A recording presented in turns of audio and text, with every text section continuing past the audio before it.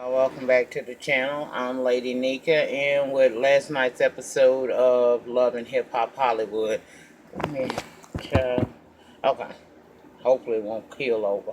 Um, this was season 4, episode 8, squad goals. I do believe it was an alright episode. I mean, it didn't do all that for me, but it was pretty entertaining. I got me a kiki or two out of the situation, so I was alright with it. Okay.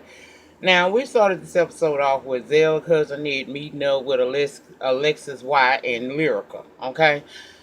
See, it's her listening party later on that evening, and she want to be super fly, so Zell is going to be her stylist or whatever. Now, Lyrica was telling Alexis and Zell that she felt an attack at Marcus Black listening party a few days prior. She said Moniece and Neil weren't feeling her because she had become friends with Alexis. And that's when Alexis jumps in and mentions to us that Moniece rolled up on her and they actually had a fight. Now, I remember this happening. I remember this playing out on IG. I didn't give it much merit then, and I ain't gonna give it much now. But in confessionals, Alexis is saying that she made Moniece and her family members famous by doing a PSA that they are all jealous that she young and a boss bitch. Now, I'm a bit confused, y'all. I'm a bit confused. Yes, I am. The confusion is there because Moniece got more followers than her, for one. So how you put her on? And then on top of that, not only does she surpass you in followers, girl, if you was a real boss, you wouldn't have to announce it. Honey, what's understood needs no explanation. So, bitch, sit down and be humble. K Dot. Okay? Now, to be honest, nobody would be beefing in this whole situation if it were not for Masika. Just face this hoe, in my opinion. I know at first I said she didn't have to, but see, your friends now being drug into this mess because they trying to be loyal to you and it's causing them to get in situations with other folks and it just ain't cool. You know, you can't be, and you over there acting like you can't be bothered. And you're not putting nobody on because next week, if y'all saw the preview, she actually gonna meet up with them and she gonna be talking about she tired of making people famous. Who you made famous, girl? Who did you make famous? Because I don't remember nobody that you per se made famous. Now, I do recall that, like I said, this happened out on IG a few months back. Moni said she didn't get her ass whooped. Alexis is saying that she received no ass whooping, although Zell did say, I don't know if y'all heard it or not, to Alexis that, did y'all pay attention that he said he heard that she had, got her ass whooped? And y'all notice, she didn't deny she didn't get her ass whooped. She just said he ain't hit it. Now, I don't know if who won that fight because, like I said, there was no evidence of this, no more than what Alexis was saying and what Moniece was saying. Alexis not about that life if you really ask me. But whatever. Lyrical asked Zell, could he be friends with both of them? And Alexis is mentioning now Mr. Ray. He said he think he can be friends, even though she keep putting this person in his face that he don't like, causing him to, come out of his character and be a big ghetto at times. He think that, they could be friends. Everybody could be friends, even though they have a disagreement or whatever. That's when Alexis started mentioning Mr. Ray, Blowfish, as they call him on the show. At least that's what Zell calls him. And apparently, Mr. Ray been going down her IG post, uh, putting comments in her comment section in defense of Masika. Zell mentioned he not really feeling the Blowfish, but Masika keep putting him in situations where he can't help but act a fool. And it's because of this dude here. So, child, they had a little conversation. Next, it flips over to them talking about how Lyrica is going to be styled for her event that night. Now, the next scene takes us to AD, Moniece, and Nia. They out exercising, and we learn Moniece uh, side of the story.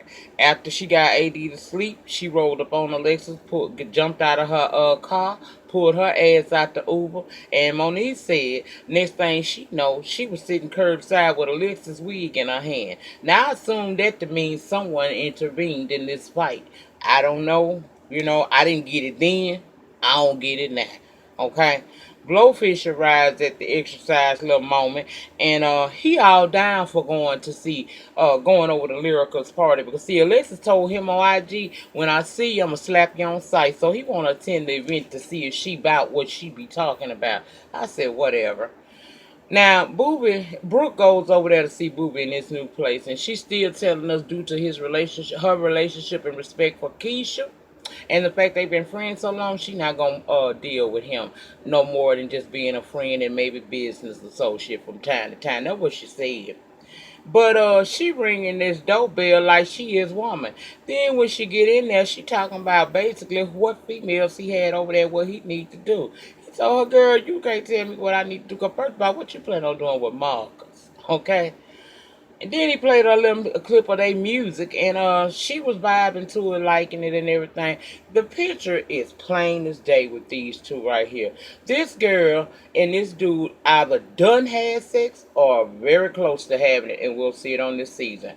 I don't get it, but she done decided, look, I don't know where I'm really standing with Marcus right now, because he still ain't back at the doghouse with me. But what I'm thinking about doing is, because Booby looking good and he's sounding good, I think I'm going to take him as my plus one over the lyrical listening party. And he cool with it. I said,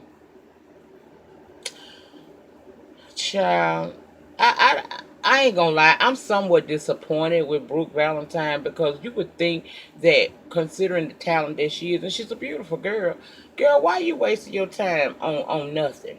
Why you wasting your time trying to prove something to a man who done already showed you who the hell he is? What is so wrong with these women today that they don't pay attention to the signs? I guess maybe I could say youth, because I remember once upon a time when, but girl, on national TV, you have had this man play you to the left on national fucking TV. Lied to your face twice. First, he lied about the divorce, and then he lied that he wasn't screwing. He led you to believe you and him was the next great thing. All the while, he's screwing the girl that's supposed to be helping him get the divorce. So I don't understand why you so caught up in ping in this season, when you should be caught up in trying to revive a once nice, I guess you could say it was nice. I remember Girl Fight. I don't remember too much else from you. But you got a nice voice. But instead of you using this platform to revive your career and get somebody interested in you and getting some music out here so we can buy it, you on here talking about Dixon, girl. You fluctuating from already knowing about Marcus Dix to being kind of concerned about what the Booby doing with his. And to me, that don't make no sense, girl. That don't make no sense, okay? Now, we see Plastique meet up with Double Stuff. Plastique say she concerned, because see, the streets been talking. And she meeting up with Double Stuff to see if she okay and to talk to her about Hazel B. Double Stuff said that they had an argument after they had the agreement that they would never become physical with each other. She tried it. Double Stuff denied it. Okay? Plastique then thinks that, and tells her, I think this situation can be worked out. So, because she feels that this can be worked out, she's going to invite them both to her Nude by Nikki lip gloss party that she's having. Now, I'm gonna put that on hold. Let's go down to the party Lyrica having. Her music party, okay? And she playing this song, sounded pretty good. Don't take it personal. I like it. Shit, I heard it. It's nice. Lyrica got some talent. I never take that away from her, just like Monique did, but she wasn't trying to hear that, and she probably ain't trying to hear me. Now, afterwards, she thanks everybody for coming out to support, and she says the album is entitled A Deal for her twin sister that died when they were about 3 years old. I said, okay.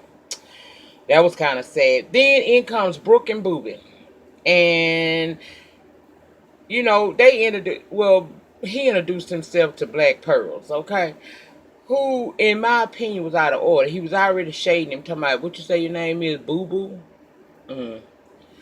Then gonna say in confessional that she could have been walking in with a king, but she showed up with a prince. Excuse me. We know who Booby is. He done made millions on the NFL courts. I ain't know nothing about this Marcus Black till this motherfucker showed up on this show, and I still don't know him. I don't know him either. Okay? Now, he gonna ask Brooke where Marcus at. Brooke said that they technically together, but things ain't right. And I can't understand why she's saying that right there because again, you gonna let this man come back to you after he done lied to you not once but twice. Girl, when a motherfucker show you who they are, believe them. Okay, you're crazy. Then Alexis and the Beak was together when Lyrica came over there because we still at their bench, y'all.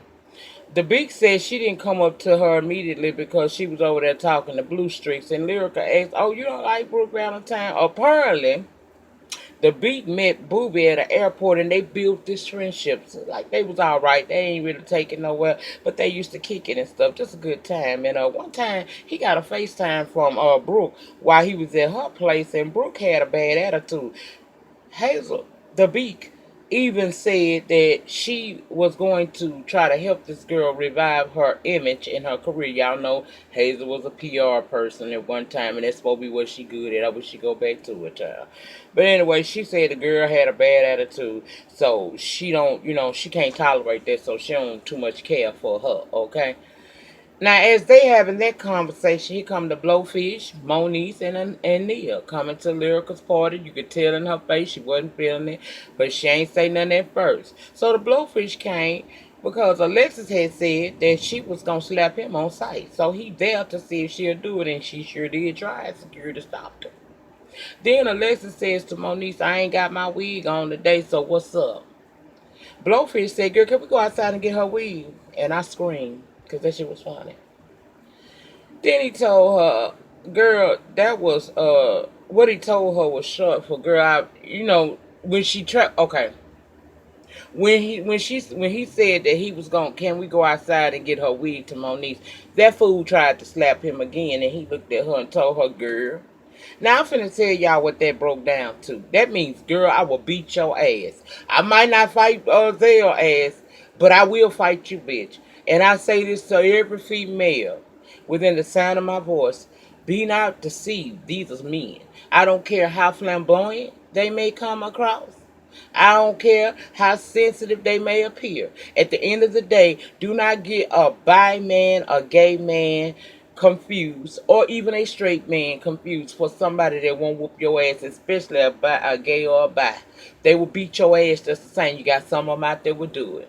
Okay, so when you're jumping up in these men's face, I always tell women be careful of that because if he's clapped back, you gonna want to cry wolf, and you ain't got no reason to. She ain't had no business jumping up in that man's face, but the security wouldn't let her do what she wanted to do. Okay.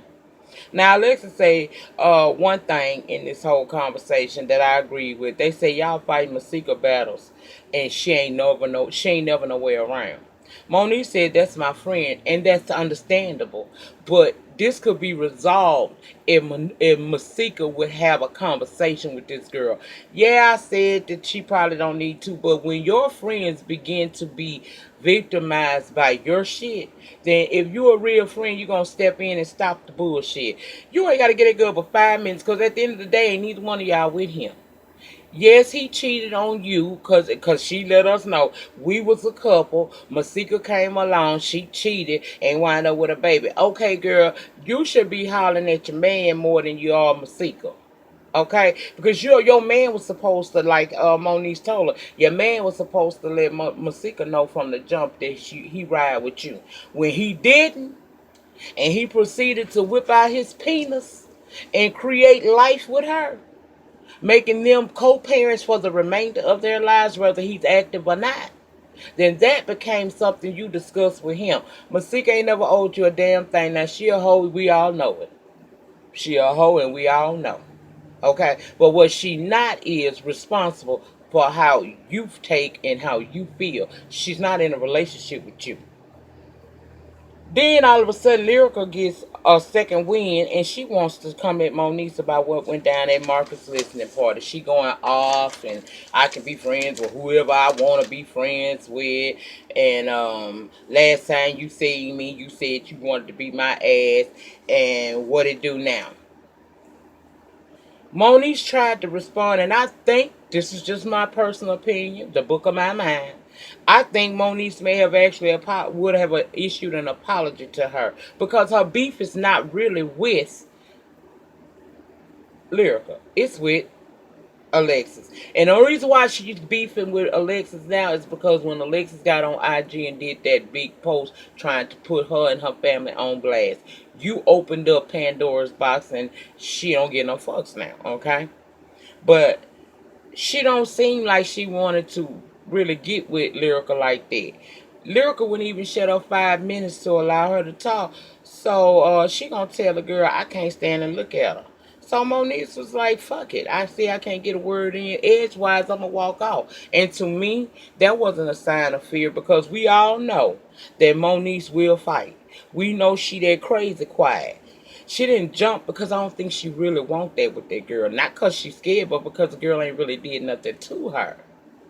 But if you barking in my damn face and I'm trying to get a word, you ask me a question, I go to answer it, and bitch, you act like you can't shut up, I'm gonna walk off from your ass too. So I didn't really see it as Monique was being scared. I saw her as Monique trying to be a little bit different than what she has been in seasons past. Because we know she don't mind fighting.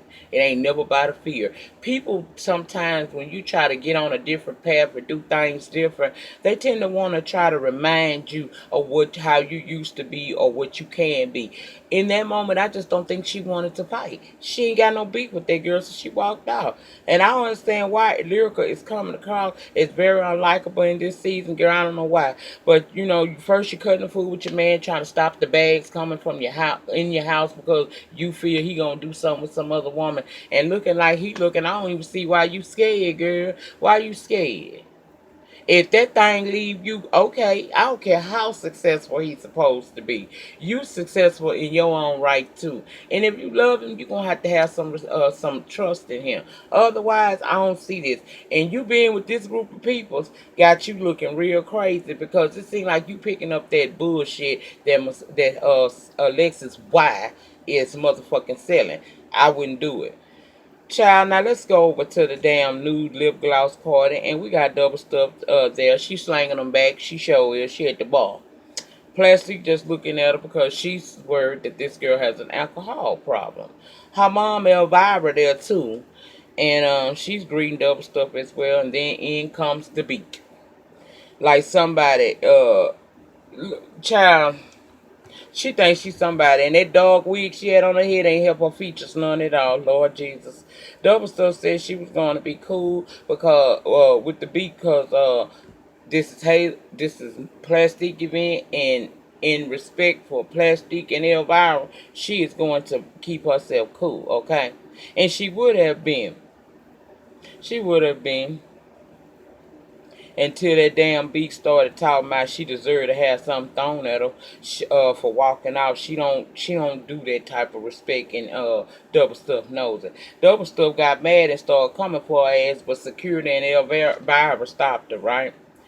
Now, we're standing up here and she's drinking some more, and her mom is talking, Elvira is talking to Double Stuff, okay? Across the room, you can clearly hear this beat still saying shit. And I'm saying to myself, why? This girl already is upset at this point. And then she's drinking. So why you baiting this girl? And that's exactly what the hell she was doing. She was baiting her, and Double Stuff. Like I said, she jumped up and she tried to get at her again, but of course they didn't let her get to her. And I had a problem at this point because Plastique seemed like she was trying to say Double Stuff drinking is the reason why she was behaving like that.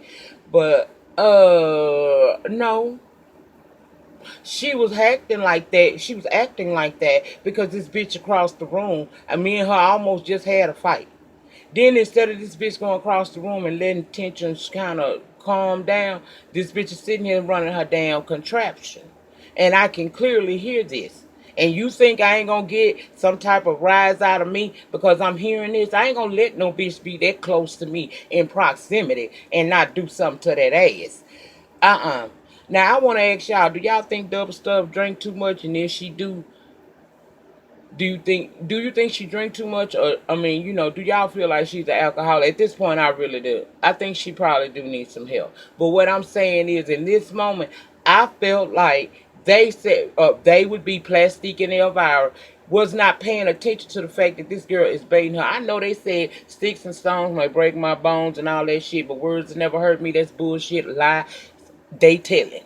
Baby, words do hurt, okay? If you are that close in proximity to me and you talking that shit and I can hear it and I just got ready to jump off in your ass, I'm going to jump off in your ass even more. That's a normal human reaction. What they was doing, I wasn't here for. So she get upset and she leave, okay? Cause she ain't trying to have that shit going on. Plus, it seems as if they don't see that Beak started this shit, okay? So Hazel then telling Elvira and Plastic that double stuff for alcohol, and she did this here before when they were staying together. She need to get her shit together, and until she does that, she can, and she till she get her shit together and can talk to her with a clear head, she not dealing with her. Okay, bitch, who gives a fuck? Okay, who gives a fuck? Don't nobody give a fuck. I know I don't. Child, whatever. Later on, you will see Double Stuff meet up with AD, and she wants Double Stuff to come to the surprise party for Monique. But Double Stuff say they ain't exactly close anymore, although she loves her. AD said that they are still friends, and she would be ecstatic to see Double Stuff come. And she said she'll think on it, but if she show up, it'll be a surprise. She also said that during that conversation that she had called Cisco cheating with some other female, which ain't no surprise to nobody. Now, let's backtrack for a moment because we had a scene where Monique was working with her famous vocal coach cousin, trying to get her voice back. She ready to start working on that again. When Plastic came by to talk to her, despite their differences, they both love Double Stuff. So they sitting down talking, and they came to an agreement that they gonna try to They gonna try to team up together to try to talk to Double Stuff and see if they can get her to realize A, she has a problem, and B, want the help that she is going to be offered. Okay. So that's when they had that conversation. That's when AD met up with Double Stuff, and I think AD was the coy to get her to show up at this place so that they can confront her and have what they call an intervention. Okay. Now let me get some bullshit over. Now Ray J and Princess still talk about having this baby.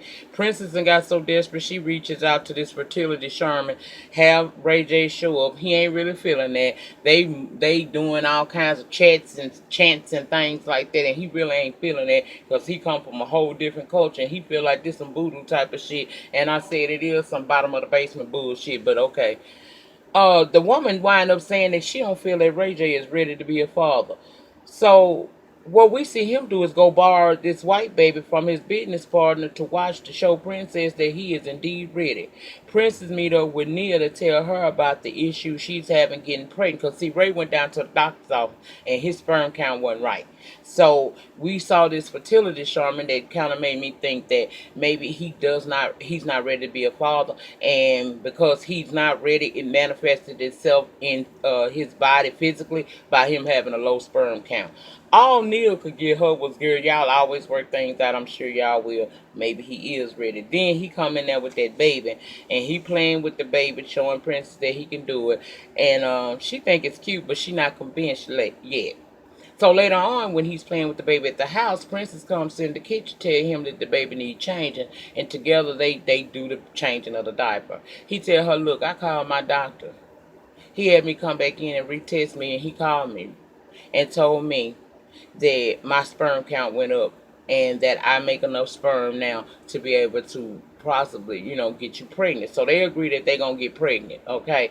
That wasn't all that important to me. It was just a little kiki here and there, but that was it. I screamed when he started singing Kumbaya over her belly. Baby, I hollered. Now, let's go back. Double Stuff decides that she want to go to the party for Monique. As she arrives and she's walking to the door, she's saying Nia and Monique owe her an apology, and she hopes she get it. Now, once inside, she greeted by this white lady, a therapist.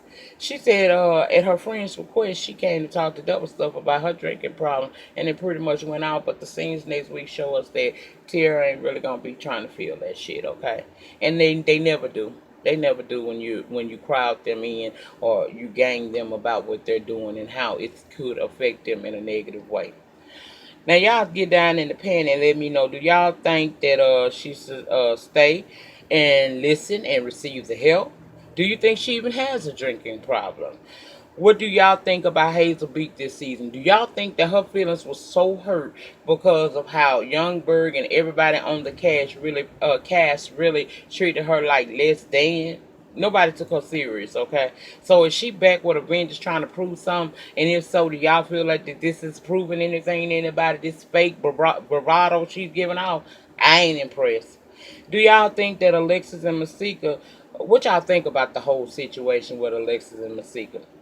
Do they need to finally meet up? Do y'all agree that that is ridiculous, honey? And what are y'all thoughts on Lyrica this season? Y'all get down in the pen and let me know what y'all think about that.